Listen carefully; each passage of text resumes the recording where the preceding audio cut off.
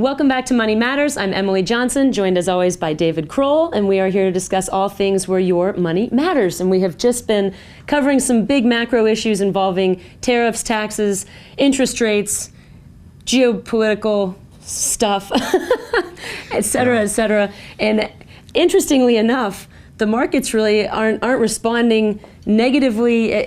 The press is negative on every possible thing that can be out there. It's hammering on the immigration ban. We're hammering on the new education secretary. We're hammering on, I forget even everything else that is supposed to be negative, and yet the markets are just going. I think we had one bad day in the last week or so, and not racing by any means, but certainly just chugging along with extremely low volatility. So we had one day that the market jumped and we had a negative response, and that was it.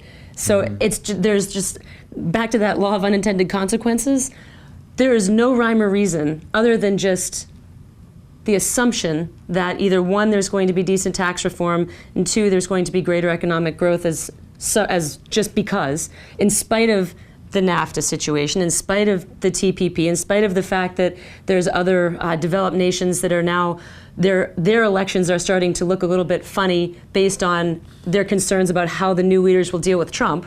So it's fascinating. I mean, that you're just not seeing, the run for the hills that was really predicted. And if anything, you're seeing the absolute opposite. And you're starting to hear the calls again for a bubble, but not much.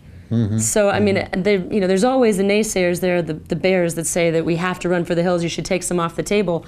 And man, it certainly feels like it at some points, but not being in the markets right now, it would be difficult. The nadir in the low point in the Dow was first quarter of last quarter of 08, first quarter of 09, when we hit, I don't know, briefly 8,000, something like that. Right. We've had continuous economic growth now of a lackluster sort, but it's been continuous, therefore, for 8 years. And that is normally considered a cycle. So, Which actually, typically 6 is a cycle. Yes, right. So, I mean, we're kind of past the normal cycle. It was expected that we were going to be on that downward trend by now, or at least seeing some sort of a 10, 15, maybe 20% pullback. But I was having breakfast with a friend who's vitally interested in sort of abstract economic matters, and we were talking this morning about the fact that a lot of the old rules don't apply. Basically, we really are in a world economy now. Whether you put up tariffs and borders and walls and so forth, this is largely fluff, because the horse is already out of the barn, as the old expression goes. We are a world economy, and there's nothing. One of the things that does is it changes all the economic rules. There aren't necessarily booms and busts that arise in the same manner as before. Very true. It really is a new game. The economic center, when you talk to analysts in London, in Japan, in New York, in San Francisco, they are a community of people. They're the same group of people. They're managing money all over the world as if it was a single market. It's really quite remarkable. One of the things that he mentioned this morning was, hey, do you think that Trump will get quick and easy passage of the repatriation of offshore profits? Well, all of the American Fortune 500 companies, most of them anyway, have stashed and stacked profits offshore. Hundreds of billions of dollars of money that's offshore.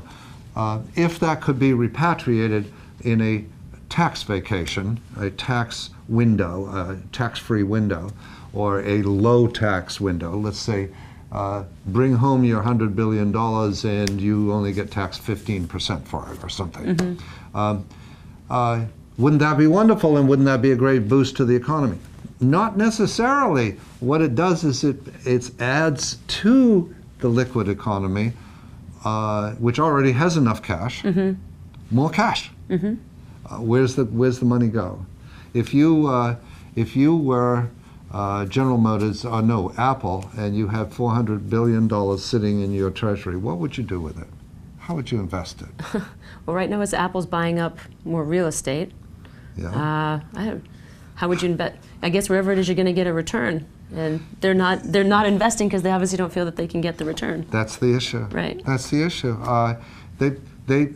They are investing in little startup companies everywhere, and they're investing in real estate. They're investing, but not at the pace that they're accruing more cash. They're making record profits or excellent profits, and they're just accruing more and more and more cash. Other companies like Apple accrue that cash offshore. It's really a global what to do with the money. What to do with the money. Well, and then there's a fear of putting it to work now because we have the assumption that the market is somewhat toppy. That waiting around for that pullback that's inevitable, but who knows? Yeah. We now, obviously, both of our businesses are very compliance-oriented and very bureaucratic, and we have a new intake form that we have to use for compliance. And interestingly, one of the questions that's on this form is, which would upset you more? Being in the market and watching your investment go down, or not being in the market and watching the market go up? Which would be more upsetting? Why that's? I mean, so we have to ask that question. And, that's a question that she has to ask. And yes, it's obviously it's relevant, but it doesn't impact how it is that you invest necessarily. But it does give a lot of insight into most investors, and 90% of the people that I've had answer that question are more fearful of the downside than they are of missing opportunity. That's interesting. I don't know what the psychology is behind that, but. And in my business, we have to answer another question now, a regulatory question, and that is,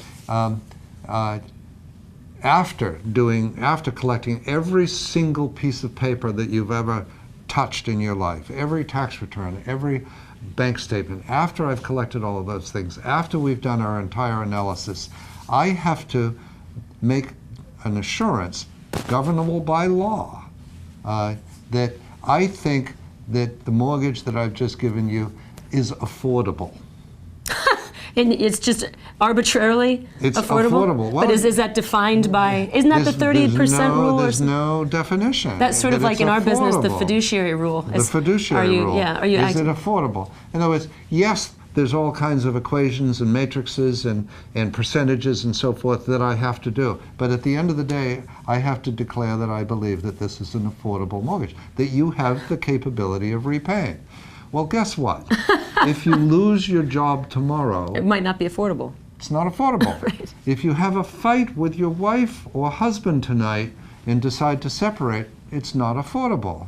If you take up drinking or the use of any other drug, it suddenly becomes not affordable. If you decide that you can't stand your job, quit your job, and start a small business, it's not affordable for the next 6 months or 12 months. I mean, the conditions under which it's not affordable and the conditions under which mortgages don't get paid, 90% of those have to do with changes in the circumstances in the person's life. It doesn't have to do with the fact that they wake up one morning and they say, I don't feel like paying the mortgage. Right. I mean, because people really are honorable, they really are honest, and you have this other crazy. It's the same the fiduciary rule, but it has to do with fiduciary rule. And it's just arbitrary. Yeah. And we've been subject to it. My type of business has been subject to that forever, but now they're bringing that same definition over to brokers, so those that were paid commissions and that type of thing. So they're overlaying that there. So but it's very arbitrary. And I think what's happening is a lot of companies, the bigger banks and the bigger insurance companies, are just sitting on the sidelines and saying, okay, we're going to wait to see how the first few lawsuits pan out, and then once we see that, then we can actually start introducing things back into the market again, because there'll be some precedent. But until then, it's just this big arbitrary rule. So anyway, we think that all of the crazy changes that are going on the 3 times a day headlines from the Trump administration, all the sort of head bashing and screaming in the press, we think that the economy, for the short term anyway, is going to run along pretty steadily and on a course of continued gentle growth. That's Here's what hoping. we think. Yep. Yeah. Okay. Fingers crossed. Thank you very much for joining us this week. We will be back again next week with more Money Matters.